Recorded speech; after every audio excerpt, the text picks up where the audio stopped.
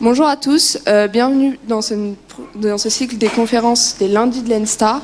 Et pour cette première conférence, on a le plaisir d'accueillir Gonéry Le Cauzanet, normalien diplômé en géosciences et environnement, docteur en géographie et diplômé de l'ISAE Super-Héros. Monsieur Le Cauzanet travaille depuis 20 ans au BRGM, le Bureau de recherche géologique et minière, en tant qu'expert en risque et adaptation au changement climatique dans le domaine de l'élévation du niveau de la mer et des défis côtiers. Monsieur Le Cauzanet est également membre du Haut Conseil pour le climat depuis juin 2024 et co-auteur du 6e rapport du GIEC. Donc merci à tous pour votre présence et merci à Monsieur Le Cauzanet qui va passer environ 2 heures avec nous pour cette conférence. Une séance de questions-réponses aura lieu en fin de conférence et je vais laisser la parole à Monsieur Le Cauzanet et je vous souhaite à tous une excellente conférence. Merci pour cette introduction. Donc effectivement, juste une petite précision, je ne suis pas normalien en fait. J'ai passé mon HDR à l'ENS, mais je suis seulement super-héros, voilà. Mais on peut quand même faire des choses intéressantes, même si on n'est que super-héros. Donc voilà, je travaille effectivement sur les questions d'adaptation au changement climatique dans les zones côtières. Et là, ce que vous voyez, c'est des dommages après la tempête Xynthia en 2010. C'est en fait pas loin de la Faute-sur-Mer. En fait, vous voyez que pendant cette tempête, vous avez eu un recul du trait de côte. En fait, là, ici, vous voyez les enrochements, et puis vous avez de l'érosion derrière les enrochements, presque une vingtaine de mètres, avec des maisons qui sont endommagées, qui ont été construites sur la dune. Donc, effectivement, des maisons qui avaient été construites sur des endroits où, lors d'une tempête, il peut y avoir de l'érosion. C'est vraiment le sujet sur lequel on travaille, nous, au BRGM. Le BRGM, c'est le Service géologique national, et il travaille sur les risques côtiers, donc c'est les risques d'érosion et de submersion marine. Comment on fait pour limiter ces risques ? Et donc Xynthia, ça a vraiment été quelque chose de majeur en fait depuis que j'ai travaillé au BRGM. C'est vraiment quelque chose qui nous a vraiment marqué parce que en fait, premièrement, il y a eu une 50aine de morts pendant cet événement, notamment un certain nombre de personnes qui sont mortes dans leur maison lors de la submersion marine à la Faute-sur-Mer. Tout simplement parce que c'était dans une zone très basse, il y a eu une bréchification, il y a de l'eau qui est passée par-dessus les digues et les gens sont morts dans leur maison parce qu'ils ne pouvaient pas monter à l'étage, en fait, c'était en pleine nuit. Et donc ça a été un événement majeur pour cette raison. Un peu moins connu, c'est un événement qui a déclenché le système d'indemnisation des catastrophes naturelles, le système CatNat. Et sur cet événement de Xynthia, on a 750 millions d'euros de dommages assurés attribués à la submersion marine. Donc sur un total, en fait, il y a eu également des dommages qui étaient liés au vent, des choses comme ça. Donc le total, c'est à peu près 1,5 milliard, mais 750 millions de dommages assurés attribués directement à la submersion marine, ce qui, à ma connaissance, n'est jamais arrivé en France, quoi. Ensuite, c'est une tempête également qui a, comme on le voyait dans les images précédentes, causé de l'érosion.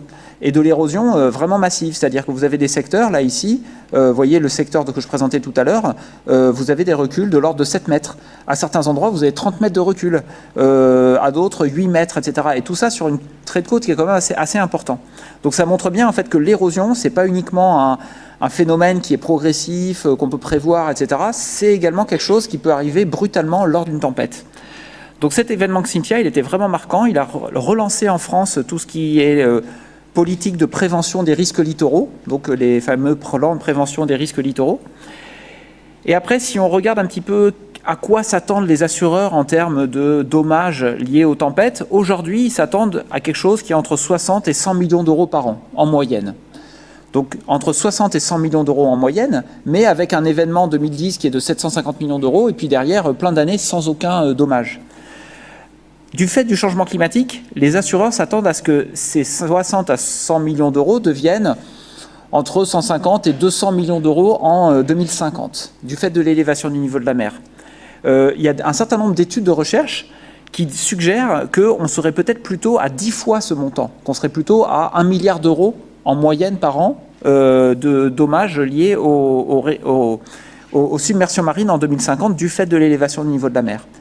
Donc on a vraiment des incertitudes qui sont extrêmement importantes, on a des risques côtiers qui sont une préoccupation majeure déjà aujourd'hui, et on sait que ces risques côtiers vont augmenter.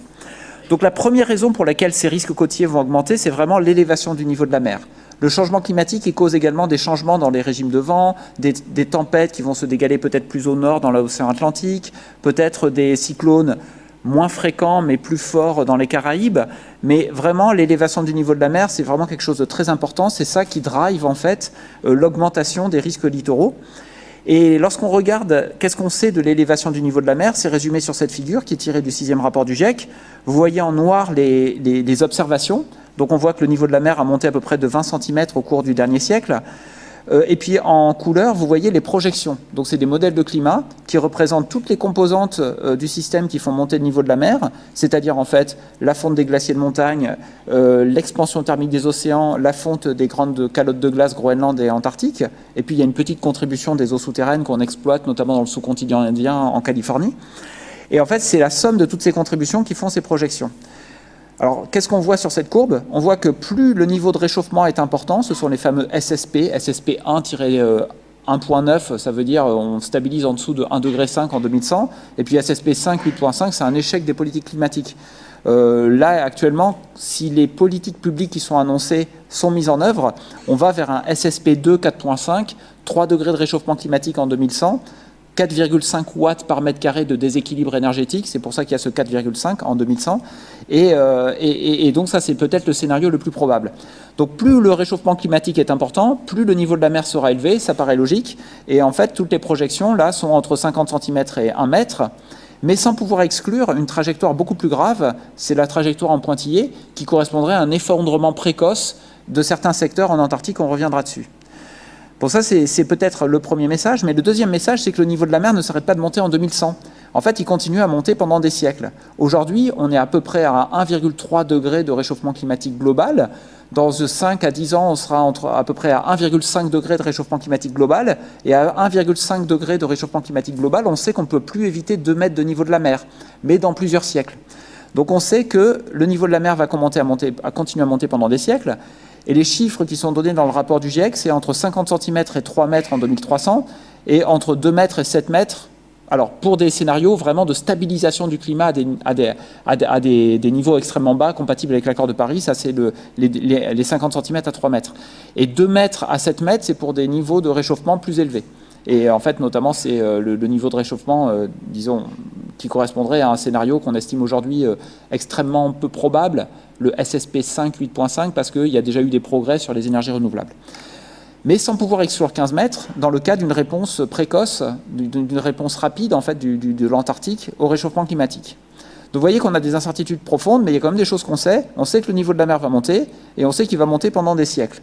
Donc on a besoin d'adaptation. Alors ça, c'est des figures globales, c'est des chiffres globaux. Maintenant, il y a une variabilité régionale. Cette variabilité régionale, elle est due à deux choses. La première chose, c'est que l'océan ne se réchauffe pas de manière homogène. Et donc, il y a des secteurs où les masses d'eau chaude en surface font qu'on a davantage d'expansion thermique. C'est le cas, par exemple, sur la côte est des États-Unis. Et puis, il y a d'autres secteurs. Et puis, en fait, il y a un autre phénomène qui est que lorsqu'on a de la masse qui est perdue au niveau des grandes calottes de glace, par exemple, ou au niveau des glaciers, en fait, cette masse est tellement importante qu'il y a une déformation de la forme de la Terre. En fait, il y a une déformation du géoïde. En fait, on a une redistribution des masses qui crée une déformation de la surface terrestre. Et donc, ce qui se passe, c'est que logiquement, vous perdez de la masse au Groenland, et localement, en fait, vous allez avoir un niveau de la mer qui va baisser, parce que cette masse a été perdue, il y a une déformation du géoïde à cet endroit-là, et l'eau va se retrouver loin de la source. Donc, lorsque vous faites la variabilité régionale, vous voyez qu'en gros, les zones où vous avez davantage d'élévation du niveau de la mer, c'est plutôt loin des sources, et donc c'est plutôt près de l'équateur dans les zones tropicales.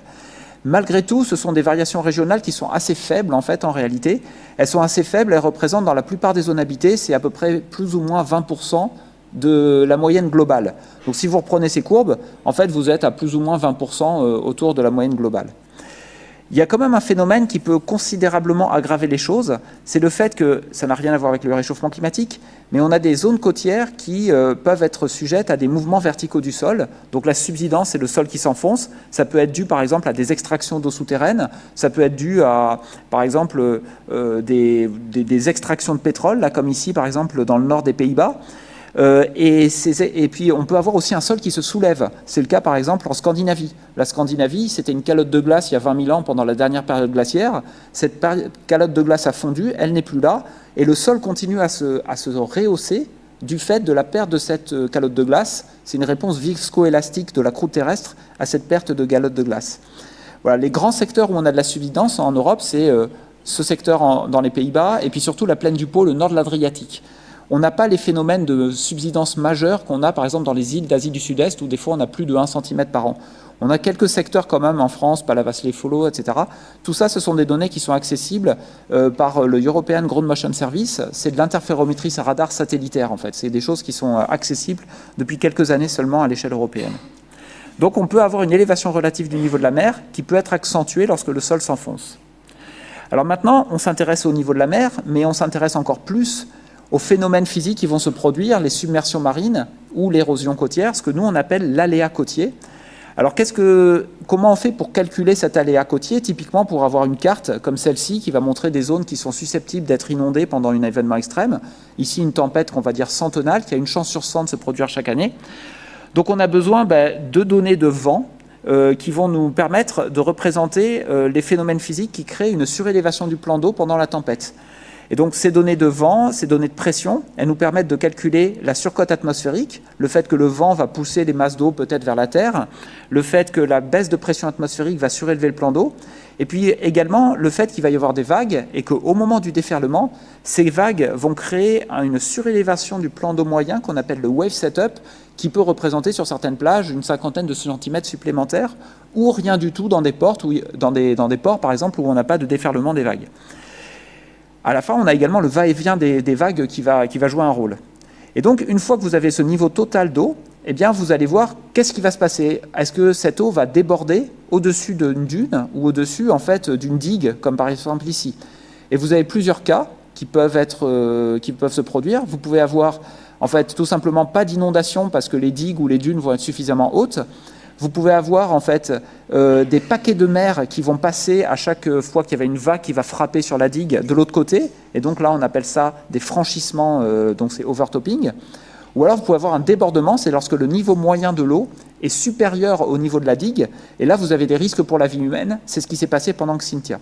Et enfin, vous pouvez avoir une digue qui peut se bréchifier. Donc lorsqu'on veut représenter l'aléa côtier, on doit faire une sorte de régionalisation de tous les phénomènes physiques qui se produisent à l'échelle de l'Atlantique Nord, jusqu'à très localement les vagues qui vont déferler sur les plages, et on va également calculer quels sont les paquets de mer qui vont passer de l'autre côté des défenses.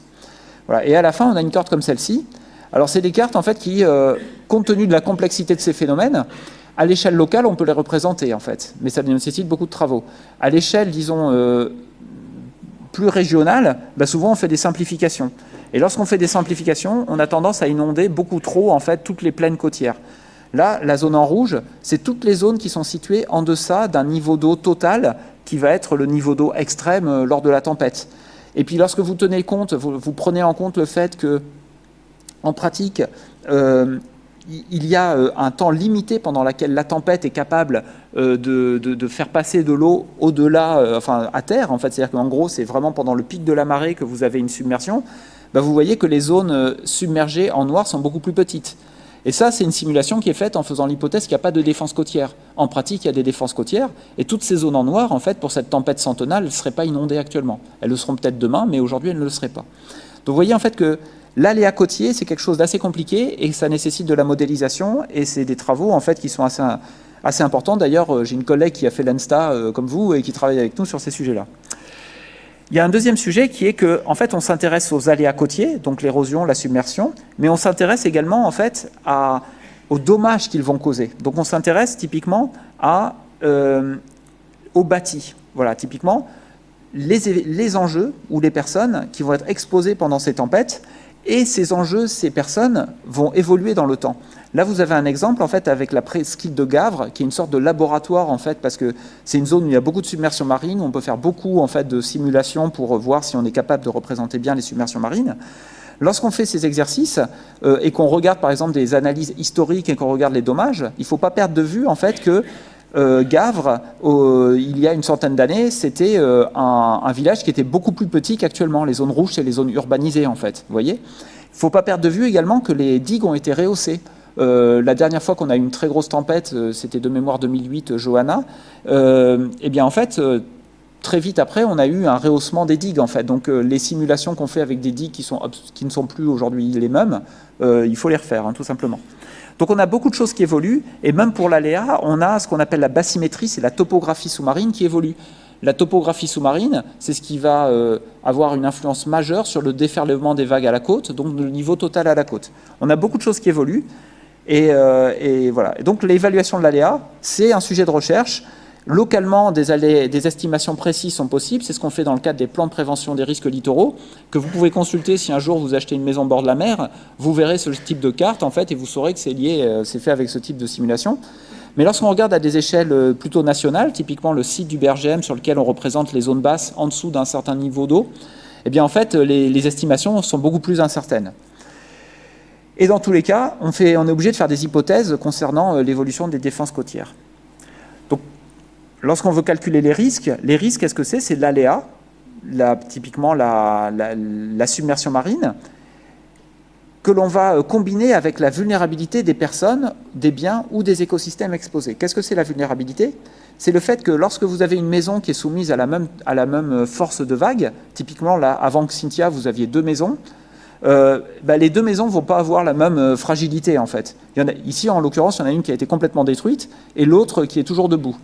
Donc le risque, qui est par exemple une espérance mathématique de la perte économique en euros que vous allez avoir lors d'un événement, il va falloir pas uniquement prendre en compte le fait qu'il y a des bâtiments dans cette zone qui est submergée, mais également le fait que ces bâtiments ont une vulnérabilité.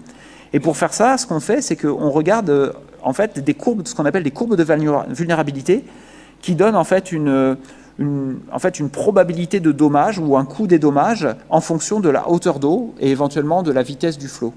Et ce que vous voyez, c'est que ces courbes, elles ont vraiment des différences extrêmement importantes selon la ville. Là, c'est Rotterdam, Copenhague, Londres, Bristol. Par exemple, à Bristol, avec 6 mètres d'élévation au niveau de la mer, ils estiment que le coût des dommages, c'est à peu près 5% de la valeur du bien, quoi. Donc on peut imaginer une maison à 200 000 euros, voilà, c'est 5%. Mais à Rotterdam, ce serait plutôt 90% en fait. Donc selon le contexte, ça peut être des courbes différentes. Tout cela explique que lorsqu'on calcule les risques, à un moment, très rapidement, on arrive avec des estimations qui peuvent varier énormément. En fait. Au début, je mentionnais le fait que d'ici à 2050, on s'attend à ce que les risques côtiers augmentent de x2 à x10. On comprend maintenant pourquoi, c'est parce qu'on a une cascade d'incertitudes, depuis les émissions de CO2 vers la quantification de l'aléa, l'élévation au niveau de la mer, et puis les risques qui font qu'à la fin, vous avez vraiment des estimations qui sont extrêmement variables. Et à cela s'ajoutent des incertitudes profondes, des choses dont on sait qu'on ne comprend pas vraiment les mécanismes, et typiquement ce que je mentionnais tout à l'heure, ce risque d'effondrement précoce de l'Antarctique, qui en fait est représenté ici. En fait, quel est le phénomène? En Antarctique, vous avez des calottes de glace qui sont des calottes marines, qui sont en fait en contact direct avec l'océan.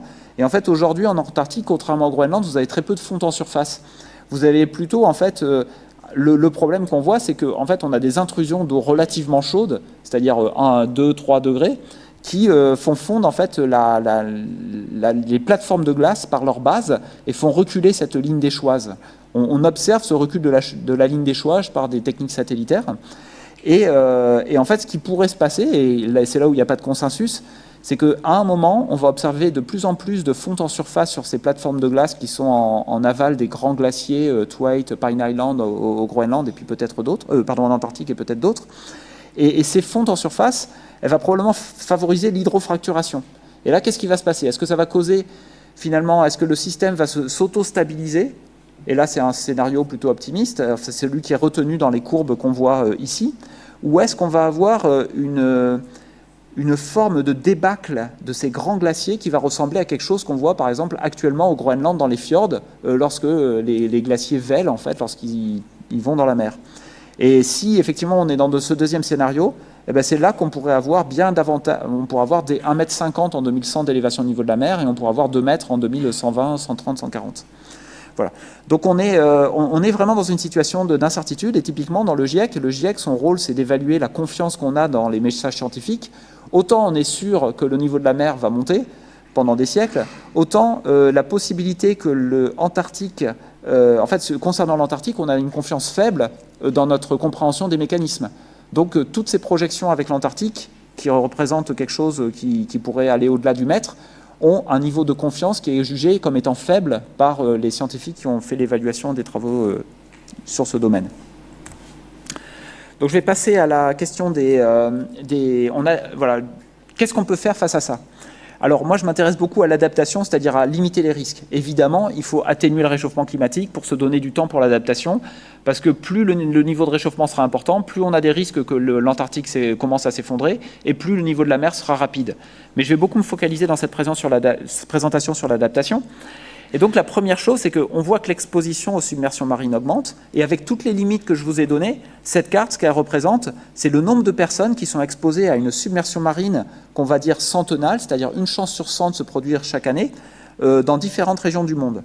Donc ce que vous voyez en gris, c'est le nombre de personnes qui sont actuellement exposées à des submersions marines centenales. En Europe, l'estimation, c'est 670 000 personnes. En Asie, c'est 63 millions de personnes. Ça, c'est actuellement. Les personnes en orange, c'est les personnes qui seront exposées à des submersions marines en 2040, les nombres de personnes additionnelles. Donc en Europe, par exemple, on aura 380 000 personnes supplémentaires qui seront exposées aux submersions marines. Et là-dedans, vous en avez voilà, un certain nombre, à peu près un peu plus des 3/4, qui seront exposées aux submersions marines parce que le niveau de la mer a monté. Mais vous en avez également un petit 20% qui seront exposés parce qu'elles se seront installées dans des zones à risque, en fait, dans des zones basses. D'où l'importance d'avoir des politiques publiques qui permettent de limiter le développement des secteurs à risque, et c'est typiquement ce qu'en France, on essaie de faire avec les plans de prévention des risques littoraux. Voilà. Ce phénomène d'installation dans les zones côtières basses, il est important en Europe, et c'est important qu'il y ait des politiques publiques pour y remédier. Mais c'est encore plus important en Asie et en Afrique, où si on ne fait rien, on va avoir des millions de personnes qui vont s'installer dans les grands deltas en Asie, en fait. Et en Afrique, c'est également le cas, en fait. Il y a pratiquement 1 million de personnes supplémentaires qui pourraient s'installer dans des zones à risque. Donc on a vraiment un enjeu, une première mesure d'adaptation, qui est de limiter le développement des secteurs à risque. Et ça, c'est des politiques publiques, en fait. C'est, en gros, interdire de construire dans des zones basses où il y a des risques de submersion. Ensuite, pour les infrastructures qui sont déjà construites, eh bien, finalement, qu'est-ce qu'on peut faire? La première chose qu'on peut faire, c'est protéger. Protéger, ça veut dire, par exemple, construire des digues, construire des barrières estuariennes. Ça, c'est un dispositif que vous avez peut-être vu sur des petits estuaires en France, parce qu'en fait, c'est des dispositifs qui permettent en fait, de fermer l'estuaire à marée haute pour éviter la submersion de basses vallées. Il y en a beaucoup en Seine-Maritime, par exemple. Et puis, peut-être pas beaucoup, mais il y en a quelques-unes en tout cas. Et puis, à marée basse, en fait, le truc se rouvre et puis l'eau du fleuve s'écoule dans la mer. Donc là, c'est la version, je veux dire, pour un grand estuaire de ces petites infrastructures qu'on voit en France. C'est la version à 6 milliards d'euros. Ça a été construit aux Pays-Bas donc dans les années 80. Et c'est une infrastructure qui a été conçue en fait, pour se fermer 1 ou 2 fois par an, vraiment pendant les tempêtes les plus importantes. Pourquoi ils ont fait ça et pourquoi ils n'ont pas davantage fermé l'estuaire? C'était pour protéger en fait, les activités aquacoles en arrière dans l'estuaire. Donc là, typiquement, ils ont quand même réfléchi. Enfin, il y a eu en fait vraiment un débat avec les populations sur comment on fait pour protéger les écosystèmes dans l'estuaire, tout en ayant cette infrastructure. En fait, il fallait laisser l'estuaire extrêmement ouvert et éviter de trop fermer cette infrastructure. Le problème de cette infrastructure, c'est qu'elle est conçue pour se fermer 1 ou 2 fois par an, et qu'en 2050, avec en fait une quinzaine ou une vingtaine de centimètres d'élévation de niveau de la mer supplémentaire, il faut la fermer 10 fois par an. Et là, en fait, ça marche plus, parce que en fait, à chaque fois, vous actionnez des pompes énormes. En fait, c'est même pas de l'électricité qui permet de faire fonctionner ces pompes. C'est des générateurs locaux, etc. Enfin, c'est de l'essence, etc. Donc, du coup, là, il faut une nouvelle infrastructure. Et on parle d'une infrastructure à 6 milliards d'euros quand même. Voilà. Donc, la protection. Qu'est-ce que sont les questions qu'on peut se poser? Il y a quand même cette question des coûts qui est là, notamment pour les grands estuaires. L'effet verrou, parce qu'une fois que vous avez des infrastructures, vous avez créé un sentiment de sécurité en arrière, et donc il va y avoir davantage d'installations en arrière. La perception, en fait, ce qu'il ne faut pas oublier, c'est qu'à un moment, vous allez toujours avoir des gens qui vont regretter, et effectivement, on peut le regretter, que sur cette côte, par exemple en Guadeloupe, il n'y a plus de plage. On a des enrangements à la place. Et puis, on a effectivement ces pertes d'habitat et de biodiversité, c'est-à-dire qu'en fait, on construit ces protections sur des espaces qui sont également des habitats, en fait. Les plages, c'est des habitats, par exemple, pour des oiseaux, pour nicher, etc. Il y a la question de la maintenance, de la mise à niveau, et puis du calendrier des travaux, parce que le jour où on va vouloir refaire ce type d'infrastructure, il va falloir s'y prendre longtemps à l'avance. Ça prend Aux Pays-Bas, peut-être une dizaine d'années, mais dans la plupart des cas, c'est plutôt une trentaine d'années pour faire ce type d'infrastructure côtière. Alors ce qu'on voit en fait, c'est que la protection, c'est quelque chose qui est massivement mis en œuvre dans le monde en fait, et notamment dans les îles du sud-est asiatique, là où on a des taux d'élévation du niveau de la mer qui sont extrêmement rapides parce que le sol s'enfonce dans beaucoup de secteurs parce qu'il pompe énormément d'eau en fait pour les besoins de la ville. On voit que spontanément, alors qu'il n'y a pas de public, les politiques publiques nationales en fait sont extrêmement prudentes par rapport à ça. Le gouvernement indonésien, par exemple, dit qu'à un moment, il faudra peut-être reculer, quoi. Mais localement, à Jakarta, on ne recule pas du tout. On fait exactement le contraire. On passe d'une situation où le niveau de la mer est en dessous des maisons, à une situation où on met une petite digue qui est un peu bricolée localement, quoi. Et puis quand ça ne suffit pas, on rajoute une pompe lorsqu'il y a de l'eau qui commence à s'accumuler, de l'eau de pluie notamment en arrière de la digue.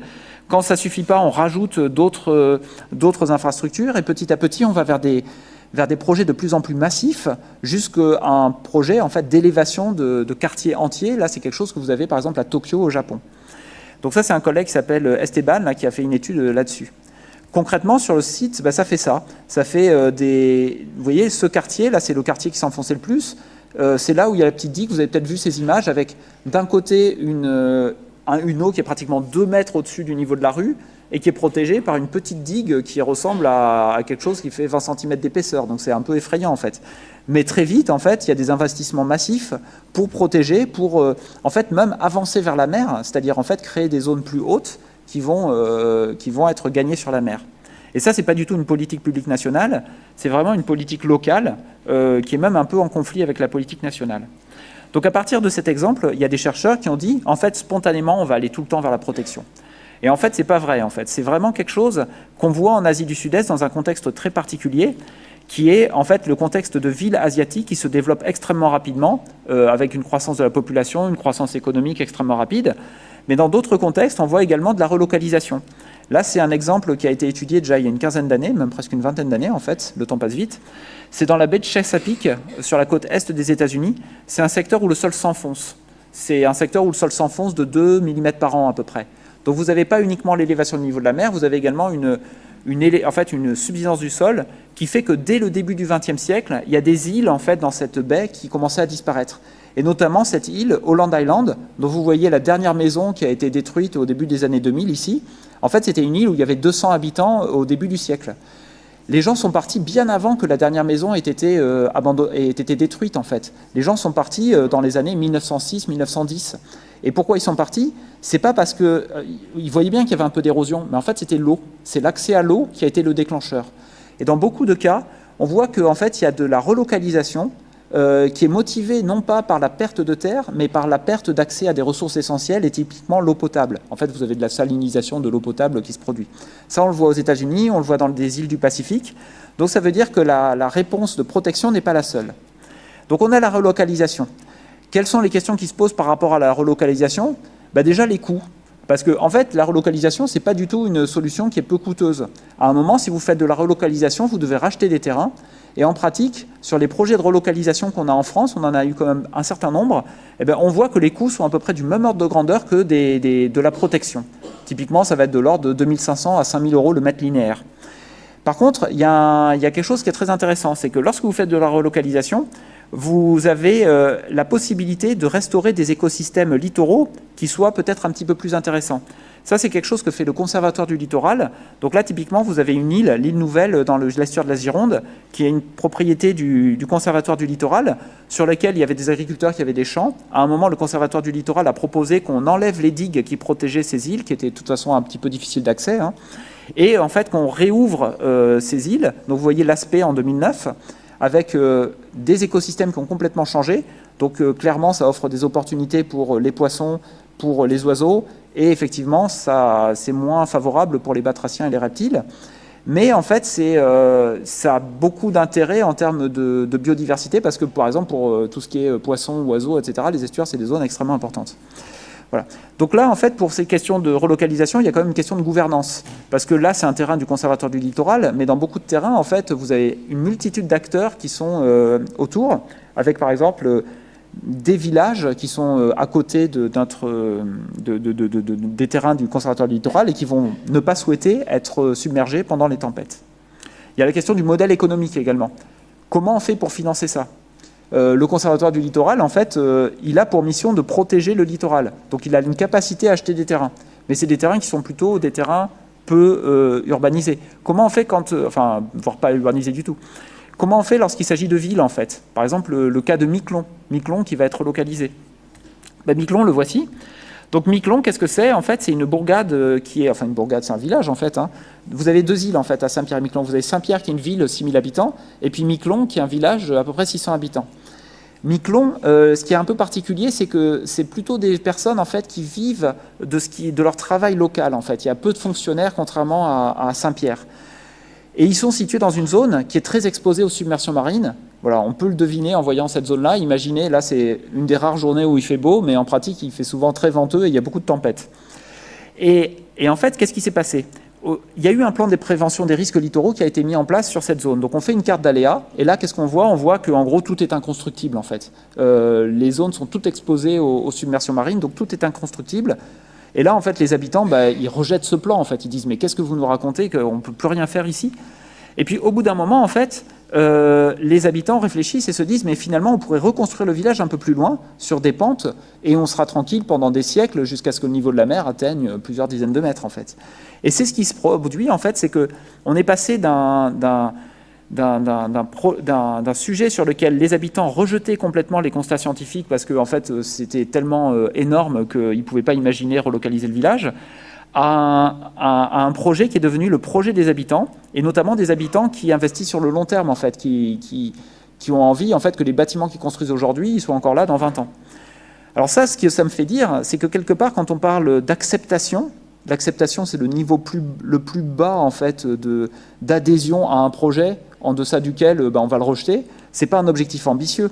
En fait, les communautés peuvent s'approprier l'adaptation. On peut avoir un projet en fait, d'adaptation qui soit gagnant-gagnant, où tout le monde est gagnant et on a un certain enthousiasme pour ce projet qui se crée. Et ça peut même se faire dans un cas où initialement les gens rejetaient le projet. Donc ça, c'est un enseignement de Saint-Pierre-Miquelon. Xenia Filipenko avait fait une thèse sur ce sujet, et donc vous avez un article qui est accessible ici. D'une manière générale, les articles en fait, que je cite sont accessibles en cliquant sur les liens, là, si vous accédez à la présentation. Alors il y a un autre sujet qui est, en fait, vous vous rappelez, les risques, c'est l'exposition, donc c'est relocalisation si on veut réduire les risques. C'est l'aléa, donc ça va être la protection, on va enlever l'aléa, ça va réduire les risques. Mais on peut aussi réduire la vulnérabilité des bâtiments. Comment on fait pour réduire la vulnérabilité des bâtiments ? Typiquement, on va avoir des bâtiments sur pilotis, donc ils vont être moins exposés aux submersions marines. Alors là, est-ce que vous voyez en fait quelle est la solution de réduction de la vulnérabilité qui a été mise en œuvre sur cette maison ?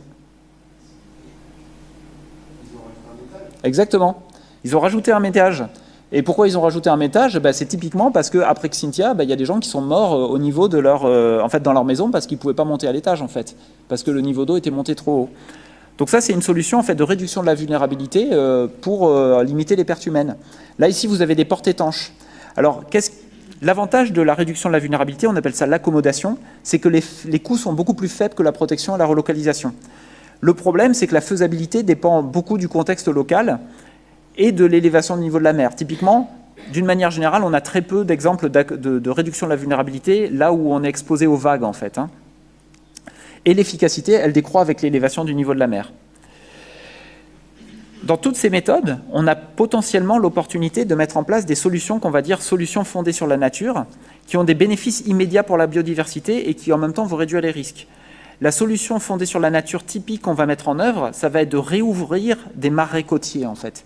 Réouvrir des marais côtiers, ça va être typiquement pour, finalement, vous voyez, on aura peut-être dans le passé, peut-être qu'on aura protégé ces marais côtiers en mettant des digues, on aura chenalisé l'estuaire, et ça veut dire que pendant une tempête, vous allez avoir des pics d'eau qui vont être beaucoup plus élevés parce qu'on aura beaucoup chenalisé, et ça va déborder n'importe où et potentiellement sur des habitations. Et donc, une fois que vous avez réouvert, eh bien, l'eau, pendant les tempêtes, va aller en premier lieu sur les marais, et puis les zones habitées ne seront plus inondées. Et il y a des co-bénéfices pour certains aspects de biodiversité, et il y a également des co-bénéfices pour le transport de sédiments. Donc, en fait, c'est des solutions en fait, qui sont bien identifiées comme étant des solutions fondées sur la nature qui permettent de réduire les risques et qui ont des bénéfices immédiats pour la biodiversité. Alors, pas toute la biodiversité, mais notamment tout ce qui est poissons et puis oiseaux. Voilà. Alors, la faisabilité, on a besoin d'espace pour mettre en place ces solutions fondées sur la nature. On a besoin d'espace pour les sédiments et les écosystèmes. Ce n'est pas possible partout. Et puis, on a une efficacité de ces solutions qui décroît avec les pressions humaines et avec l'élévation du niveau de la mer. Donc, typiquement, à 2 mètres d'élévation du niveau de la mer, c'est évident que ça ne suffira pas du tout comme solution d'adaptation. Vous avez également sur les dunes, en fait, l'idée, ce serait de passer de quelque chose où on a plein d'infrastructures perpendiculaires à la côte, qui servent à retenir les sédiments qui se transportent de manière longitudinale le long de la côte. En fait, plus vous en mettez, et plus le problème en fait, devient que de toute façon, vous n'avez pas assez de sédiments et que de toute façon, il y a de l'érosion. Donc l'idée, c'est peut-être d'enlever ces infrastructures, de remettre de la végétation sur les dunes, parce que en fait, cette végétation va... quand le vent, quand il va souffler le sable, la végétation va le faire retomber. Et on va avoir une croissance des dunes qui vont être importantes. Et donc, on va reconstituer une zone tampon entre la mer et les habitations. Voilà. Donc, typiquement, là, vous avez un exemple de réhabilitation d'un cordon dunaire dans le sud-ouest de la France. Et puis là, vous avez un autre exemple de prévention de l'érosion, c'est en fait de laisser les banquettes de posidonie sur les plages en hiver en Méditerranée, en fait, pour éviter les... C'est vrai que pour les touristes, c'est pas très attractif, mais en hiver, ça permet de protéger les plages des tempêtes. Puis vous avez la solution un peu massive de solutions fondées sur la nature, où vous prenez des tonnes de sable et vous les jetez, vous les mettez sur la côte. Voilà, c'est ce qui se fait notamment aux Pays-Bas, et puis d'ailleurs en France aussi, hein, on fait ça. Alors là, c'est vrai qu'il y a beaucoup d'écologues qui disent, là, on n'est plus tout à fait dans une solution fondée sur la nature, en fait. Et puis d'ailleurs, quand on va prélever ce sable, il y a beaucoup de dommages sur les écosystèmes. Et quand on le rejette aussi. Et donc, du coup, il y a eu une catégorie intermédiaire qui a été créée par les chercheurs qu'on appelle les solutions, les sediment-based solutions, voilà, qui est très critiquée par les ingénieurs. Mais en fait, c'est quand même l'idée qu'à un moment, on n'est plus tout à fait dans une solution fondée sur la nature. En fait, on est quand même dans une solution, disons, peut-être intermédiaire entre l'ingénierie dure et puis peut-être quelque chose qui va être travaillé avec les écosystèmes. Alors, le GIEC, quand il travaille sur les questions, en fait, il me reste 10 minutes peut-être avant de passer aux questions, c'est ça ? Ouais. Sur les questions d'adaptation, le GIEC, en fait, ne fait pas de recommandations. Lui, il regarde pragmatiquement quelle est l'efficacité des mesures et est-ce qu'elles sont faisables. Est-ce qu'elles sont efficaces ? Typiquement, vous détruisez un bâtiment, vous avez réduit le risque à 0, en fait. Donc ça, c'est de la relocalisation, c'est extrêmement efficace. Mais en termes de faisabilité, d'un point de vue socio-culturel, c'est extrêmement difficile en fait, de faire passer la destruction d'un bâtiment. Donc la faisabilité, elle est très faible. Et tout ça, c'est basé sur des études scientifiques, donc qui sont plus ou moins nombreuses. Là, en l'occurrence, on en a un certain nombre, mais pas non plus un nombre très important. Donc on a dit qu'on avait des évidences, un nombre d'évidences moyen en fait. Et puis l'accord entre ces études étaient toutes en accord, donc on a un accord qui est très fort. Donc tout le travail du GIEC, ça va être de faire ça. Vous avez un autre exemple, les solutions fondées sur la nature. Donc là, typiquement, l'efficacité, elle est, disons, plus moyenne, parce qu'en fait, pour des niveaux d'élévation, niveau de la mer importants, on n'y arrivera pas. Mais par contre, vous avez beaucoup de co-bénéfices pour les écosystèmes. Donc là, c'est un autre exemple du Conservatoire du littoral. Donc le GIEC, la première chose qu'il regarde sur l'adaptation, c'est est-ce que c'est efficace, est-ce que c'est faisable, et faisable d'un point de vue technique, économique, au regard de ce qu'on veut faire en termes de protection des écosystèmes, et puis au regard socio-culturel. La deuxième chose qu'il regarde, c'est est-ce qu'on a des co-bénéfices ou des compromis à l'adaptation. Et les co-bénéfices, comment on fait pour les quantifier ? Qu'est-ce qu'on a comme bénéfice lorsqu'on met en œuvre pour l'adaptation ? Le GIEC se réfère aux objectifs de développement durable, les 17 objectifs de développement durable sur lesquels les États se sont accordés en 2015 au moment de... En fait, lorsqu'ils ont décidé que, voilà, collectivement, ils s'engageaient à réduire la pauvreté, réduire la faim, une éducation de qualité, l'égalité des sexes, des infrastructures performantes, également protéger les écosystèmes et puis répondre à la crise climatique. Voilà. Donc on regarde quels sont les co-bénéfices au regard de ces objectifs de développement durable. Et en fait, là, la bonne nouvelle, c'est que pour la plupart des solutions d'adaptation qui sont jugées comme étant efficaces, vous avez beaucoup d'objectifs au regard des objectifs de développement durable. Ça, c'est une figure que vous voyez dans le résumé aux décideurs du 6e rapport du GIEC, du groupe 2. Et vous voyez, par exemple, que pour ce qui concerne le côtier, on a identifié 2 types de mesures.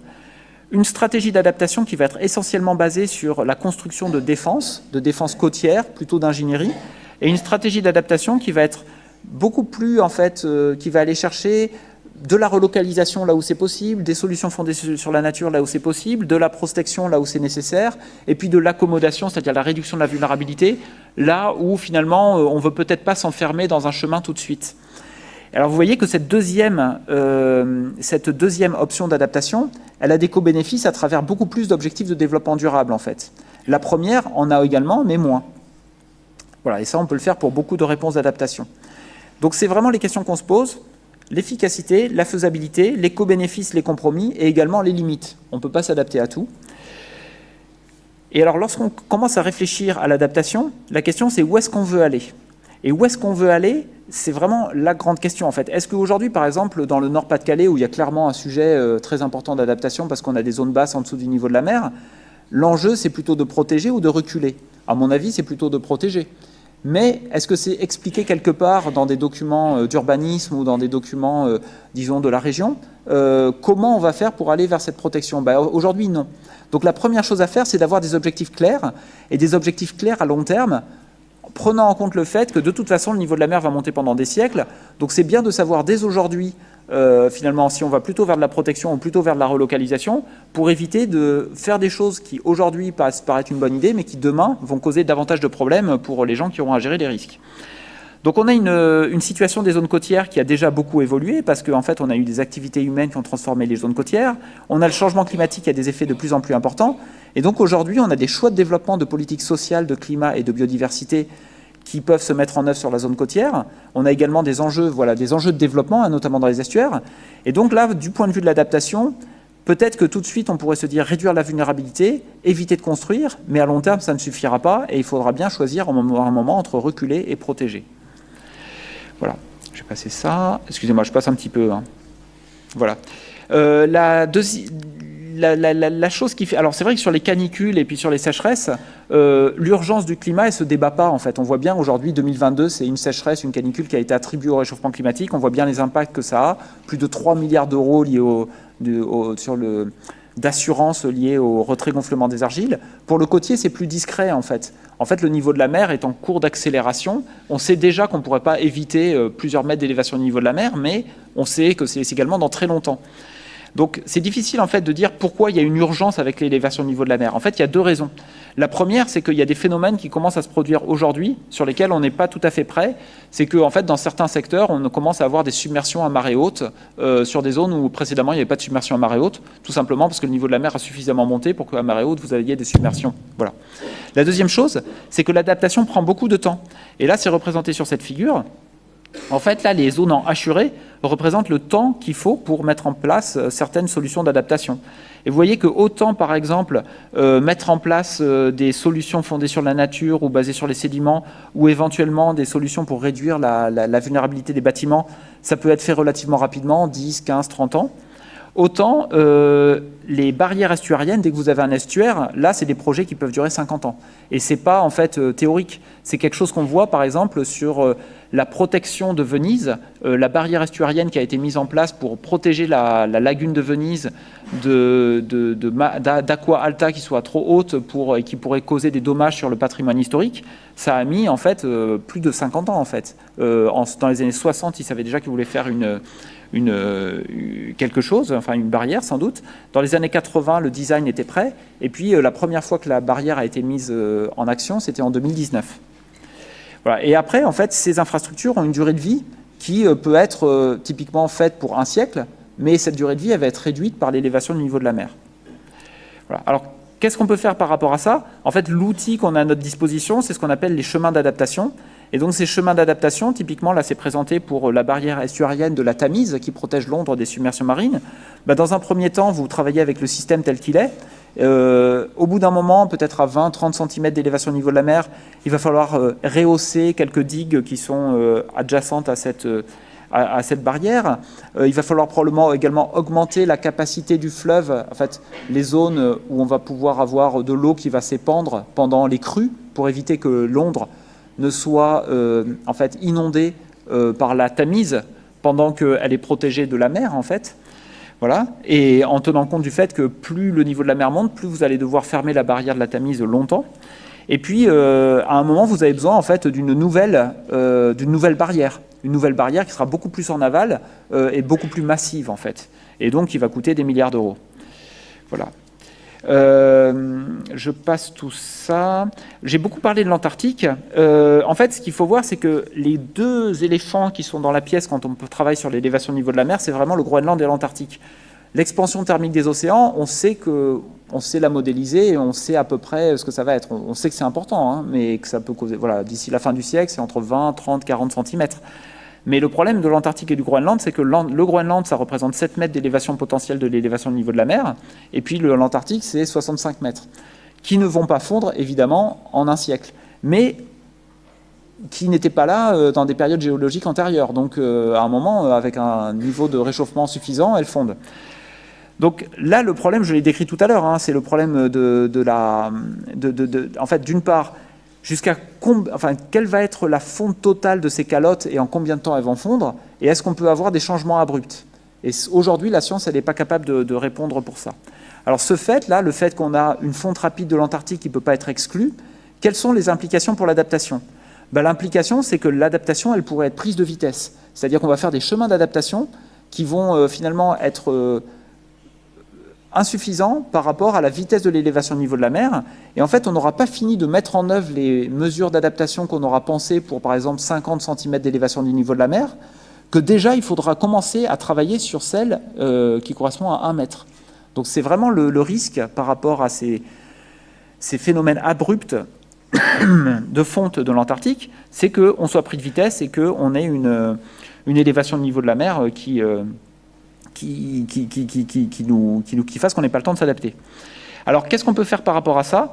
Il y a des chercheurs qui travaillent sur des signaux précoces pour identifier le point de bascule.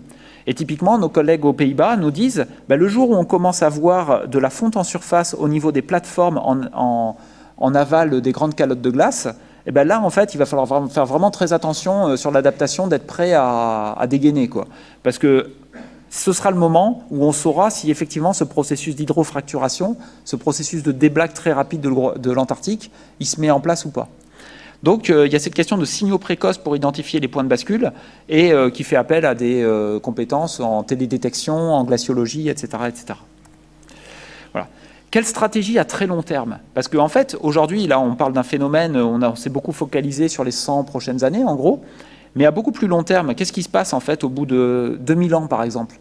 2000 ans après que le climat se soit stabilisé à 3 degrés de réchauffement climatique, ou à 4 ou à 5. En fait, on aurait potentiellement entre 5 et 25 mètres d'élévation au niveau de la mer. Est-ce que les Pays-Bas seront abandonnés à ce moment-là?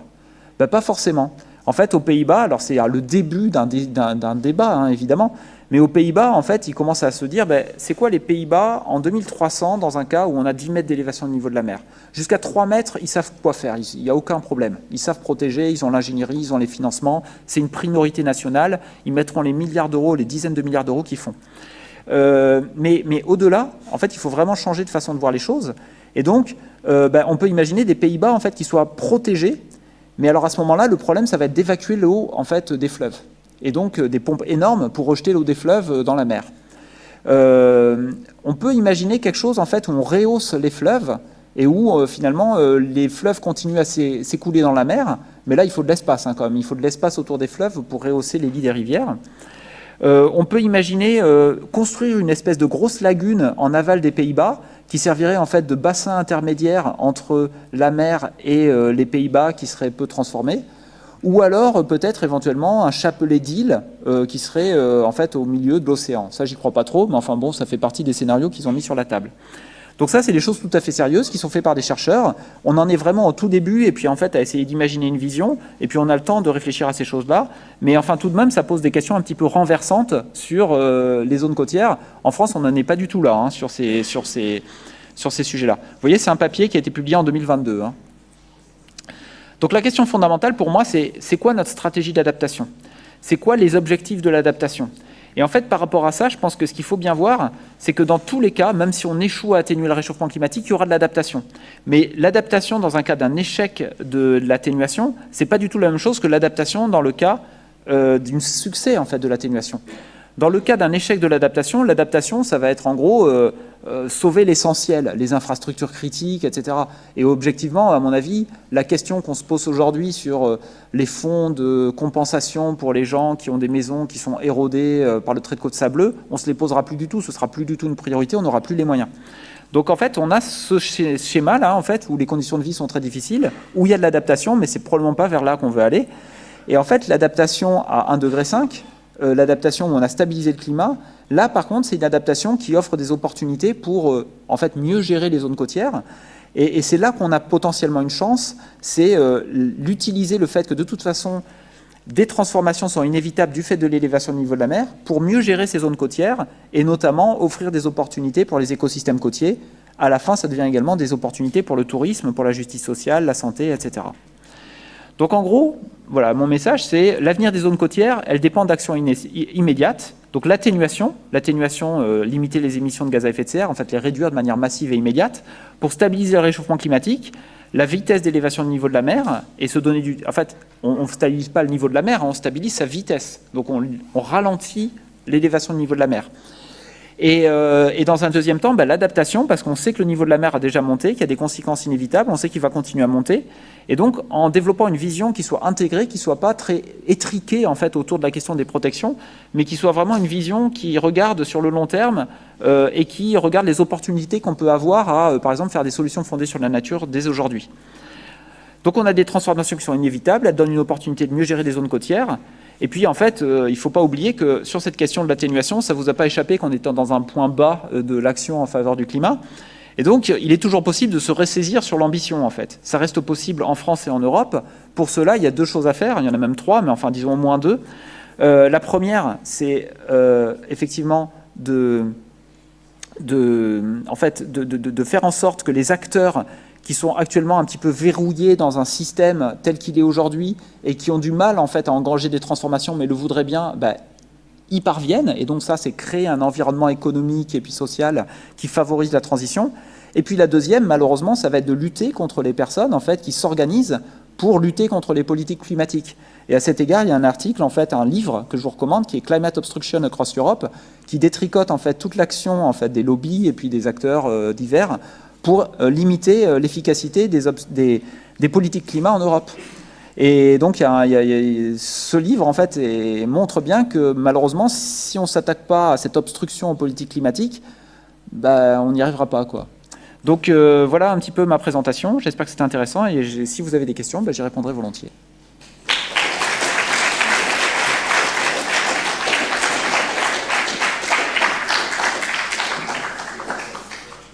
Alors du coup, on va passer à un temps de questions-réponses.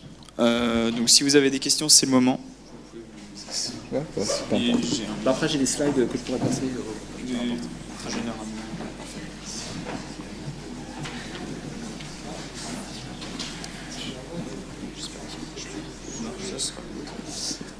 Du coup, moi, je vais faire passer le micro. Et vous n'hésitez pas, si vous avez des questions, à lever la main.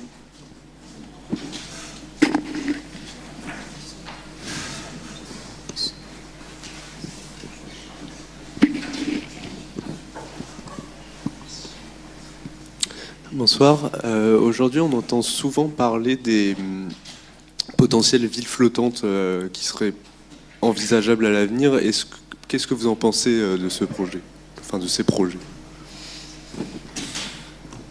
Alors, je dirais déjà, ce qu'il faut voir, c'est qu'à l'échelle de bâtiments, ça se fait. C'est-à-dire que, par exemple, aux Pays-Bas, c'est des habitats de luxe, mais en fait, dans des zones qui ne sont pas exposées aux vagues, c'est-à-dire en fait à l'intérieur des estuaires, vous avez des maisons flottantes. C'est de l'habitat de luxe, en fait. Ensuite, il y a un gros projet, je crois, qui est en cours en Corée du Sud. Voilà. Bon, je ne sais pas trop quels est son... moi, j'ai l'impression que c'est pas trop quelque chose de... Il y a aussi quelque chose qui s'est fait à Monaco. Il y a une digue flottante qui a été mise en place, qui est pas tout à fait flottante, mais qui oscille autour d'un axe et qui protège, en fait, qui étend le port de Monaco. C'est pas motivé par l'adaptation au changement climatique. En fait, c'est motivé par le besoin de Monaco d'avoir un port qui est plus grand. Moi, ce que j'ai l'impression, c'est que les îles flottantes, c'est possible. Peut-être qu'un jour on fera ça, mais qu'aujourd'hui, c'est pas ce qui se fait le plus. En fait, ce qui se fait le plus, c'est de la protection et c'est du gain de terre sur la mer. Et ça, on le voit par exemple aux Maldives. Aux Maldives, l'île de Malé, elle est très, vous l'avez probablement l'image de l'île de Malé, en fait cette île qui est sur un plateau récifal, sur lesquels vous avez des immeubles de dizaines d'étages en fait, et qui a l'air d'être un espèce de Manhattan au milieu de l'océan en fait. Bon, en fait, c'est sur un plateau récifal. Et en fait, qu'est-ce qu'ils font ? En fait, ils ont construit des îles plus hautes au nord de Malé, en fait, pour avoir davantage d'espace pour la ville, en fait. Donc là, en fait, alors le niveau de la mer, l'adaptation a été pris en compte. Ils ont rehaussé un petit peu les îles par rapport à l'île de Malé. Mais la motivation principale, c'est le développement. C'est un pays qui croît très rapidement de manière économique, et puis la population croît rapidement. Et puis, en fait, la question, c'est qu'est-ce qu'on fait quand le niveau de la mer continue à monter ? En fait, dans les réflexions, il y a l'idée que peut-être qu'à un moment, il faudra abandonner Malé, l'île de Malé, parce qu'elle est trop basse, et puis les gens iront sur Oulou Malé, la nouvelle île qui est plus haute. Et puis peut-être qu'on reconstruira une île encore plus haute. Donc c'est possible en fait de rester et de continuer comme ça pendant des siècles, pourvu qu'on ait accès à des matériaux, du sable, etc. etc.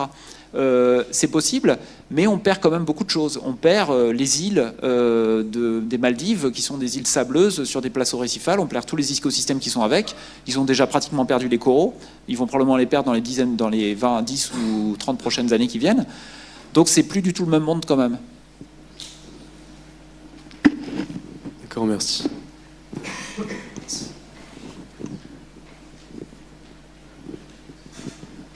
Bonsoir. On entend souvent parler de pays insulaires comme par exemple Tuvalu, où les rapports nous disent que dans quelques années, ce seront des pays qui seront complètement submergés. Et en l'occurrence, c'est souvent des pays assez pauvres. Est-ce que ces pays-là, ils ont des solutions de protection, ou de choses comme ça ? Alors, en fait, ce qui se passe, c'est que c'est des pays qui sont très actifs sur le plan international. C'est des pays qui sont effectivement très vulnérables au changement climatique. Très clairement, bien avant l'élévation du niveau de la mer, il y a le réchauffement des océans. Et ça, ils le savent très très bien. Hein. Moi, celui que je connais le mieux, probablement, c'est les Maldives, en fait. Hein. Ils savent très bien que le premier problème, c'est le réchauffement des océans qui cause en fait des blanchissements des coraux et qui, à terme, cause leur mort, en fait. Et ça, pour eux, c'est majeur parce que c'est le tourisme, parce que c'est la culture, etc., etc. L'élévation du niveau de la mer les effraie moins parce qu'ils ont bien compris que c'était un processus en fait qui était plutôt pour le plus long terme. Et comme c'est un pays qui se développe très rapidement, en fait, ils sont assez optimistes sur les possibilités de faire de l'ingénierie pour rehausser les îles, etc., etc. Ces pays, en fait, ils ont un rôle qui est très important sur les négociations climatiques. C'est eux qui ont mis sur la table 1,5 degré dans la COP 21, donc à Paris. Auparavant, l'objectif, c'était plutôt 2 degrés de réchauffement climatique, en fait, ce qui était un objectif de point de table, en fait, dans les années 90. C'était un petit peu le scénario où on se disait que ça laissait du temps pour l'atténuation et ça permettait probablement d'éviter pas mal de risques. Les États insulaires, ils ont dit non, regardez les 1,5 degré, parce que nous, quand même, on s'inquiète de cette élévation du niveau de la mer, que, en gros, à 2 degrés, là, vous nous dites que dans 2000 ans, il y a 10 mètres, 20 mètres, 30 mètres, nous, ça nous intéresse quand même. et en fait, ils ont fait ça, ils ont mis les 1,5 degré sur la table, ça a suscité un rapport du GIEC qui a clairement montré qu'entre 1,5 degré et 2 degrés, il y avait vraiment une différence en termes d'impact du changement climatique. Donc l'intérêt de rester à 1,5 degré. Ils ont mené une autre action également, qui est une action qui s'est conclue cet été, qui est une action de la Cour de justice internationale. Alors ils ont déposé en fait un recours à la Cour de justice internationale en demandant un avis à la Cour sur quelles sont les obligations des États en termes d'atténuation du réchauffement climatique, en termes de protection du système climatique. Et la Cour de justice a rendu un avis dans lequel elle dit les obligations des États, c'est de rendre public des trajectoires permettant collectivement d'atteindre les 1,5 degré, de ne pas dépasser les 1,5 degré, c'est de mettre en œuvre ces stratégies. Et donc, en fait, ça veut dire quelque part que la responsabilité en termes de pertes et dommages au-delà de 1,5 degré, ça va être la base de départ, en fait. Donc aujourd'hui, on sait qu'on va dépasser les 1,5 degré, mais on sait aussi, grâce à cette action des pays insulaires, que en fait, c'est à partir de là qu'on va discuter, pourvu qu'on ait toujours un droit international qui fonctionne dans 10, 20, 30 ans, qui va décider, en fait, qui est responsable de pertes et de dommages. Voyez. Donc ils ont vraiment eu une action extrêmement importante sur le plan international, en mobilisant la science de manière extrêmement efficace. Parce que cette décision, par exemple, est motivée par le GIEC, par les rapports du GIEC. Et les risques sont réels. Mais je pense qu'en termes de calendrier, c'est d'abord réchauffement de l'océan, sécheresse, canicule, peut-être un petit peu moins que dans certains endroits, parce qu'il y a quand même l'effet de la mer qui atténue, Et l'élévation du niveau de la mer arrive au bout d'un moment. Et puis effectivement, l'élévation du niveau de la mer, c'est vital en fait. À un moment, c'est potentiellement la disparition de ces États.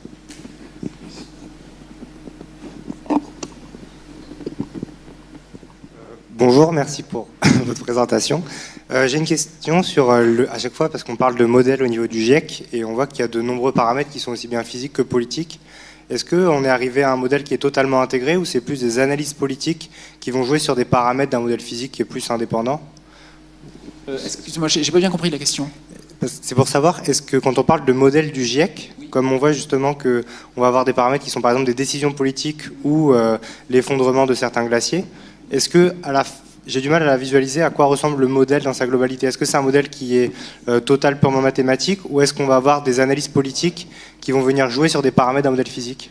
Oui, d'accord. Donc effectivement, ce qui se passe, c'est que le GIEC, il n'a pas pour rôle de faire de nouvelles recherches. Il a pour rôle d'évaluer la recherche qui est déjà disponible et de mettre en avant, finalement, que dit la science sur les sciences du climat, c'est le groupe 1, sur les possibilités de s'adapter, c'est le groupe 2, et les possibilités d'atténuer, c'est le groupe 3. Et donc, les modèles en fait, qui sont utilisés par le GIEC, ce n'est pas le GIEC qui les fait, c'est plutôt la communauté de recherche qui s'organise, souvent à travers le World Climate Research Programme pour le groupe 1, et puis à travers par exemple des exercices de modélisation sur c'est ce qu'on appelle les Integrated Assessment Models pour le groupe 3, où ils vont regarder plein de scénarios de développement économique avec des émissions qui vont être compatibles avec 2 degrés ou 3 degrés ou 1,5 degré.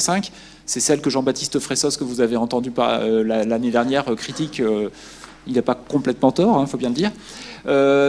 Et puis vous avez des scénarios d'adaptation. Est-ce qu'on va s'adapter beaucoup ou peu, voyez? Donc vous avez une multitude de scénarios. Le GIEC, en fait, il se réfère à des scénarios qui sont les scénarios qui ont été développés dans le cadre de la littérature. Il influence un peu aussi ces scénarios, parce qu'en fait, d'une certaine manière, il dit, ben voilà, on a quand même besoin de scénarios qui vont vers la soutenabilité, et puis d'autres qui vont vers les cas de, peut-être, qu'est-ce qui se passerait si on fait rien, c'est quoi le worst case. Voilà. Dans le groupe 2, on a 5 scénarios socio-économiques.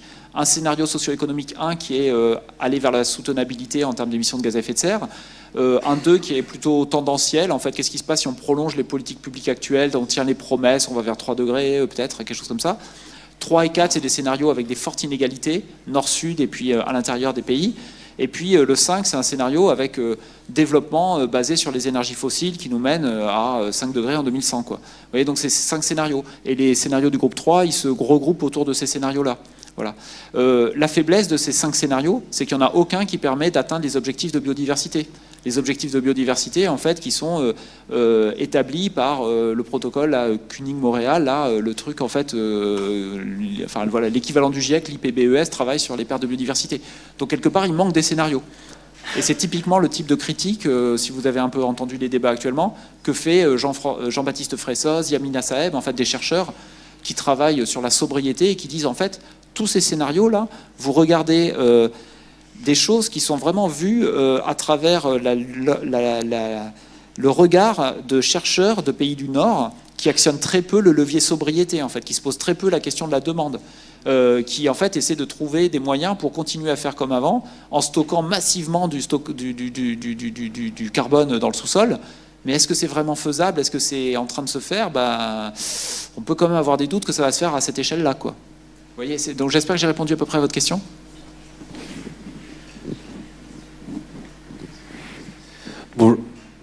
Bonjour, merci pour votre présentation. J'ai 2 questions qui portaient plus sur du vocabulaire. La première, c'est quand vous avez parlé de faible niveau de confiance dans les modèles au niveau de l'Antarctique. Qu'est-ce que ça veut dire faible niveau de confiance? Et à un moment, vous avez parlé de coût au mètre linéaire dans les mesures d'adaptation. Donc c'est juste pour avoir des précisions. Oui. Alors le coût au mètre linéaire, en fait, c'est typiquement, là je pensais à ce qui a été fait sur le Lido de Sète à Marseillan. C'est un projet qui a été fait au début des années 2010. Et l'idée, c'était relocaliser une route. Alors on aurait pu protéger, on aurait pu mettre plein de sable et puis des digues et des machins comme ça. Ça aurait coûté 2 000 € par mètre linéaire le long de la côte, donc multiplié par les 10 km. Donc à la fin, c'était un projet, je ne sais plus, peut-être, alors je ne suis pas très bon en calcul mental, mais ça devait faire à peu près 100 millions d'euros, quelque chose comme ça. Et puis, en fait, la relocalisation, c'était plutôt 5 000 € le mètre linéaire. Sauf que ça a été fait quand même, la relocalisation, même si c'était plus cher, parce que l'avantage, c'est que ça permettait de reconstituer une dune, et puis d'avoir le co-bénéfice que vous aviez du tourisme sur la plage. Donc la motivation finale pour faire de la relocalisation, c'était pas faire de la relocalisation pour les écosystèmes, c'était pour faire du tourisme. ça me va très bien. Hein. Mais voilà, c'est comme ça que ça a été fait. Et c'est coûteux très cher. Voilà, donc c'est pour on regarde en maths linéaire. Ensuite, l'autre question, c'était sur... c'était la question difficile. Oui, l'intervalle de confiance. Alors là, en fait, voilà, ce qui se passe, c'est que ce n'est pas un intervalle de confiance. C'est vraiment la confiance qu'on a dans un message. C'est la confiance, par exemple, qu'on a dans le fait que l'élévation du niveau de la mer va se poursuivre pendant des siècles. Le niveau de confiance, il est élevé. Pourquoi il est élevé ? Parce qu'on a beaucoup d'études qui disent toutes la même chose, donc il y a un accord qui est fort et qui mobilise en fait des éléments qui sont très différents, c'est-à-dire ça va être des observations, de la paléoclimatologie, ça va être de la modélisation, etc. Donc on a une telle diversité d'études et un tel accord entre les études que ça motive le fait qu'on ait un niveau de confiance haut. Donc vous avez en fait une grille à deux axes, le nombre d'évidences et leur qualité, et puis d'autre part leur accord. Et alors qu'est-ce qui se passe pour la calotte de glace ? En fait, la possibilité que l'Antarctique, en fait, il y a un changement abrupt et puis qu'il commence à s'effondrer, c'est qu'en fait vous avez énormément d'études. Il n'y a aucun doute, hein, il y en a une toutes les... J'arrive même pas à les lire. Mais par contre, le problème, c'est qu'elles sont en désaccord. Vous avez deux groupes, en fait. Vous avez un groupe qui dit qu'il n'y a aucune chance que ça se fasse au XXIe siècle et au-delà, on ne sait pas. Et puis vous en avez un autre qui dit, en fait, si, c'est tout à fait possible et voici des mécanismes physiques qui pourraient causer ce genre de choses. Et tout le travail du GIEC, c'est ça, en fait. C'est vraiment les messages clés, quel est le niveau de confiance qu'on peut leur accorder. Bonjour. En fait, c'était par rapport à un des graphiques du GIEC que vous avez montré. Je pense que je l'ai mal compris, ou je ne sais pas si je l'ai bien compris, mais celui avec les plus et les moins, sur les objectifs de développement durable un peu. Et je me demandais pourquoi est-ce que... quel lien avaient les défenses côtières avec l'équité des genres et les personnes aux faibles revenus, peut-être. Alors, il faut toujours que je regarde. L'équité, gender equality, c'est le 5. 5, vous voyez, ils disent rien. Mais par contre, pour integrated coastal management, ils disent oui. Alors, pourquoi ? Parce qu'effectivement, des projets côtiers où on regarde vraiment toutes les dimensions du problème, on va probablement prendre en compte la question du genre et on va probablement faire attention à ce que, par exemple, les zones côtières soient accessibles pour les femmes, pour les enfants, etc. Vous voyez, c'est ce genre de choses qui est regardé. Vous voyez ? Voilà. Pourquoi la qualité de l'eau, par exemple, attendez, on l'a la qualité de l'eau ou pas ? J'espère. Clean water, 6, non, on l'a pas. Pourquoi la santé ? En fait, pourquoi la santé ? Parce que mettre des digues, ça va éviter des noyades et donc il y aura effectivement un co-bénéfice pour la santé. C'est tout simplement ça, en fait. Voilà. C'est quelque chose, en fait, que, pour être tout à fait honnête, à mon avis, c'est pas facile pour quelqu'un qui arrive dans le rapport du GIEC, qui voit cette figure, de retrouver l'information d'où elle vient dans le rapport. Voilà. Mais globalement, ça marche à peu près. Et je pense que là, ce qu'il faut se dire, c'est plutôt le message général. C'est peut-être pas d'aller chercher chaque plus, chaque moins, etc. Parce qu'on peut peut-être débattre si localement c'est vrai ou pas. C'est plutôt de dire que d'une manière générale, la littérature scientifique, elle nous identifie quand même beaucoup de co-bénéfices sur les solutions d'adaptation qui sont identifiées comme efficaces et faisables. Et ça, c'est quand même quelque chose qui est très différent de la manière dont l'adaptation est vue dans le débat public. Quand vous parlez d'adaptation dans le débat public, c'est vu comme une malédiction. En fait, il faut s'adapter, c'est une catastrophe. Mais en fait, non, c'est une chance pour beaucoup de choses, en fait, et notamment pour la santé. Alors, pas pour le côtier, hein, mais pour, par exemple, tout ce qui est... pour le côtier, la santé, c'est très simple, c'est éviter de se noyer. Mais pour par exemple, les canicules, et puis la végétalisation des villes, et puis le fait de faire la transition dans le domaine des transports, ça a beaucoup de co-bénéfices pour tout ce qui est maladies cardiovasculaires, etc., par exemple.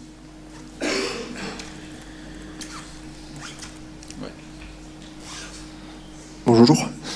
Je voulais savoir, dans le contexte actuel, est-ce que vous êtes optimiste dans la capacité des États ou de la France à réussir à mettre en place ces solutions pour limiter les risques liés à l'élévation du niveau de la mer ? Alors moi, je suis ni optimiste ni pessimiste, et je pense que ça n'a aucun intérêt de savoir si je suis pessimiste ou optimiste, en fait. Je suis vraiment... c'est pas du tout pour vous... C'est vraiment... En fait, dans ma manière de penser, si vous voulez, c'est vraiment... Je vois qu'il y a des choses qui sont possibles, et je vois que c'est possible, et après, mon rôle, c'est vraiment de montrer les avantages de procéder de telle ou telle manière, en fait. Je pense que, en fait, typiquement, sur le côtier, il faut reconnaître qu'il y a eu quand même beaucoup de progrès en 20 ans. Même si, moi, je ne suis pas satisfait d'une manière globale, il y a encore énormément de choses à faire, il n'y a pas de doute. Mais il faut reconnaître que, par exemple, on est parti d'une situation où, en fait, on a quand même très tôt fait cette loi littorale qui a évité l'urbanisation. On a le conservatoire du littoral qui fait des choses vraiment très bien sur la protection du trait de côte, sur, pas la protection justement, sur l'adaptation, sur le fait de faire des démonstrateurs extrêmement avancés qui deviennent en fait pratiquement un projet pour le conservatoire du littoral, d'avoir des sites côtiers qui sont beaucoup plus naturels, qui sont agréables à visiter, etc. Il y a également une réglementation qui se met en place avec les plans de prévention des risques littoraux. Ce qui manque, je pense, c'est vraiment cette vision à long terme. Où est-ce qu'on va en fait? Est-ce que dans certains secteurs, on va dans la relocalisation? Est-ce qu'on va vers les protections? Ce qui manque aussi, c'est le fait qu'il y a des choses qui sont passées complètement à côté. C'est le fait que, en fait, là, on commence à voir des submersions chroniques à marée haute dans des ports, en Guyane, etc. Et on n'avait pas du tout anticipé ça. Donc là, il faut réagir. Il y a quand même un gros danger, c'est que en fait, là, vous voyez qu'en ce moment, en fait, le débat sur les politiques climatiques, il est extrêmement polarisé, en fait. C'est-à-dire qu'en gros, ce qui se passe, c'est que les politiques climatiques sont utilisées pour décrédibiliser des adversaires politiques. Voilà. Et pas du tout dans le but d'avancer ou de faire quelque chose comme ça. C'est vraiment un instrument pour décrédibiliser les adversaires, et ça devient un instrument pour cliver, pour décrédibiliser. Et en fait, sur le côtier, ça s'est pas trop vu jusqu'à présent, mais je pense que c'est en train d'arriver, en fait. C'est en train d'arriver justement à travers ces opérations que, en fait, moi je trouve vraiment emblématiques du Conservatoire du littoral, de la Tour du Valat dans l'estuaire du Rhône, où en fait, vous avez des gens qui arrivent, qui sont, faut le dire, proches de l'extrême droite, et puis qui commencent à dire oui, mais attendez, là, on est en train de payer pour rendre des terres à la mer, en fait. Donc on paye deux fois. On paye pour relocaliser et on perd à la mer, quoi. Et tout ça pour faire quoi? Pour faire de l'agroécologie. La science qui concilie l'écologie et la production alimentaire. Vous voyez? Donc là, typiquement, oui, ça peut arriver. Est-ce que je suis pessimiste? Est-ce que je suis optimiste? En fait, je préfère ni l'un ni l'autre parce que peut-être que sinon je serais que pessimiste, en fait. Merci.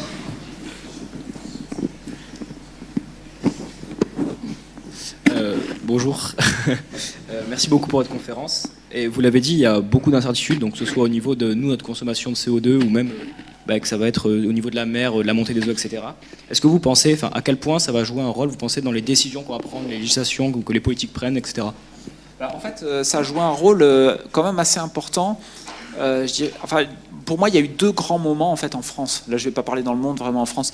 Il y a eu le Grenelle de l'environnement dans les années 2008-2010. C'est assez renversant de se dire que Nicolas Sarkozy a été le président qui a fait le plus pour l'écologie de ces 40 dernières années quand même. Hein. Mais c'est vrai, de mon point de vue. Et en fait, le Grenelle de l'environnement a vraiment permis d'avancer. En fait, il a vraiment permis de mettre autour de la table beaucoup d'acteurs qui travaillent sur l'adaptation et notamment l'adaptation côtière. Ça a permis, par exemple, d'avoir pour la première fois des plans de prévention des risques littoraux qui prennent en compte l'élévation du niveau de la mer. Alors, c'est pas suffisant, mais quand même, elles les prennent en compte. Le deuxième moment, ça a été après les grandes manifestations des jeunes en fait en faveur du climat. Donc en fait, c'était Greta Thunberg en fait. Et là, et puis l'accord de Paris. Donc en fait, il y avait l'accord de Paris, il y avait ces manifestations de jeunes. Donc on voyait qu'il y avait une demande sociale et il y a eu des choses qui ont été faites. Mine de rien, il y a eu la loi climat résilience, c'est une tentative, elle n'est pas suffisante, mais enfin quand même, elle fait des choses sur le littoral, etc. Et puis là, on est dans un point bas. Voilà. Là, on est dans un point bas. Alors, est-ce qu'on va rebondir? J'en sais rien. Je ne sais pas. Mais il faudrait rebondir. Et moi, je travaille pour le Haut Conseil pour le climat. Là, je suis membre du Haut Conseil pour le climat. On a rendu un rapport annuel en 2025. Il y a 74 recommandations. Si on veut rebondir, elles sont sur la table. On peut faire des choses. Voilà.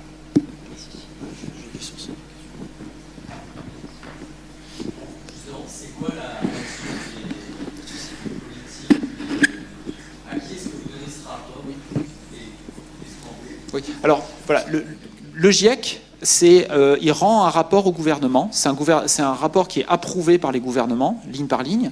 Et en fait, c'est pour informer les gouvernements. Il n'y a pas de recommandations. Voilà, à eux d'en tirer les conclusions.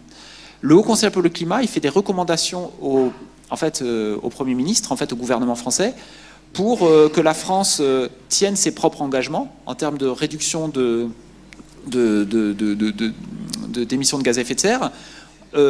Qu'elle se mette dans une bonne position au regard de l'adaptation, et puis également en portant attention aux inégalités. Est-ce que le réchauffement les mesures qu'on va mettre en place sont susceptibles d'accroître les inégalités. Donc ça, c'est la question de la transition juste, qui est très importante. Donc voilà ce que va faire le Haut Conseil pour le climat. Il va rendre un rapport au Premier ministre, et après, le Premier ministre va faire une réponse formelle à toutes ces recommandations. Voilà, et historiquement, on a eu ces réponses, en fait. En théorie, le gouvernement doit présenter au Parlement les réponses, quelles sont les mesures du Haut Conseil pour le climat qu'il met en œuvre, pourquoi il ne les met pas en œuvre, etc. Pour le rapport 2025, ça va être très compliqué, parce que nous, par exemple, on a recommandé de taxer davantage le transport aérien, de maintenir en 2035 la vente de véhicules électriques neufs, en fait, parce que sinon, évidemment, on ne tiendra pas les objectifs climat. Qu'est-ce qu'on a recommandé d'autre? Enfin, plein de choses, en fait, qui vont horrifier beaucoup de gens qui, actuellement, sont dans des positions de prendre des décisions, quoi. Donc oui, et voilà, en fait, on remet au gouvernement, et il faut bien reconnaître qu'on avait peut-être... en fait, ce qui se passe, c'est que, si vous voulez, qui au gouvernement va traiter ces questions-là? En fait, ça va être le secrétariat général à la planification écologique. Donc, en fait, c'est un secrétariat général qui est passé sous l'autorité du Premier ministre et qui va assurer la coordination entre les différents ministères sur les réponses écologiques. Et ce secrétariat général à la planification écologique, il est quand même affaibli depuis quelques années, en fait. Il a plus un accès au Premier ministre comme il l'avait il y a quelques années. Donc c'est beaucoup plus difficile, en fait, pour l'État de planifier la transition sans cet outil-là, quoi. Voilà. Dans les autres mesures où je soupçonne que ça va être très compliqué, on a recommandé, par exemple, de mettre des conditionnalités environnementales à la politique agricole commune. Vous voyez, il y a donc à un moment, on va toucher aux pesticides, etc., etc. Je ne suis pas sûr d'avoir répondu complètement à votre question. D'un point de vue international, est-ce que l'élection de Trump et son attaque sur la science a eu des conséquences sur vos travaux, précisément? Alors, pas directement à ce stade, parce qu'en fait, sur l'aspect impact, niveau de la mer, etc., ça a été peu touché à ce stade. Et il y a quand même, on voit bien, en fait, que mes collègues là qui sont à l'étranger, là, aux États-Unis, j'ai des collègues allemands, Grande-Bretagne, etc., qui sont là-bas, et puis des collègues américains. En fait, ils sont en train de recadrer leurs travaux de recherche en disant qu'ils travaillent, sur les risques, voilà, les cyclones, les trucs comme ça, quoi. Voilà. Donc voilà. Mais par contre, sur ce qui est un peu plus fondamental, en fait, la base climatique, c'est les gens qui vont travailler peut-être plus pour le groupe 1, sur la décidification des océans, sur la mesure de la température de les océans. Là, ils sont extrêmement menacés. Typiquement, la coordinatrice du chapitre 3 là, sur les océans du 6e rapport du GIEC, elle a été licenciée de la NOAA, vous voyez, brutalement, avec plein d'autres collègues. Et puis... donc en fait, là, ils sont en train quand même de prendre un... En fait, ils vont mettre des dizaines d'années à s'y remettre, quand même. Parce que les gens vont trouver autre chose, ils vont aller faire autre chose, en fait. Et par exemple, pour l'océan, une des choses qui m'inquiète, c'est notre capacité à observer, par exemple, l'augmentation de la température des océans, qui est quelque chose de vraiment majeur, parce que c'est l'expansion thermique des océans, donc c'est l'élévation du niveau de la mer, mais c'est aussi là que se stocke 90% de l'énergie, qui est l'énergie additionnelle liée au réchauffement climatique, liée au fait qu'on a un déséquilibre énergétique, que la Terre accumule de la chaleur. 90% de cette chaleur va dans les océans. Et donc si on n'a plus cette capacité d'observation, c'est quoi? C'est des bouées, en fait, c'est des bouées qui plongent à 2000 mètres de profondeur, et puis parfois un peu plus. Et puis lorsqu'elles reviennent en surface, elles envoient un signal à un satellite qui derrière, en fait, va collecter toutes ces données. Il y en a 4000 dans le monde, des bouées comme ça, et la moitié sont opérées par les États-Unis. Vous voyez? Donc j'ai peur qu'on perde très vite des capacités d'observation et de suivi de l'océan. Et en face, il y a eu beaucoup d'annonces, en fait, en Europe pour dire on va accueillir des collègues américains, etc. Mais en fait, ce qu'on fait, c'est pas tout à fait ça. C'est que on traduit les offres d'emploi en anglais, et puis il n'y a pas de budget supplémentaire pour accueillir des collègues américains. Et puis de toute façon, quand les collègues américains ils voient les salaires de la recherche en France, si vous voulez, ils sont pas très attirés. Donc vous voyez, donc du coup, il y a peut-être quelque chose à faire au niveau de l'Europe. D'ailleurs, on a fait ce type de recommandation.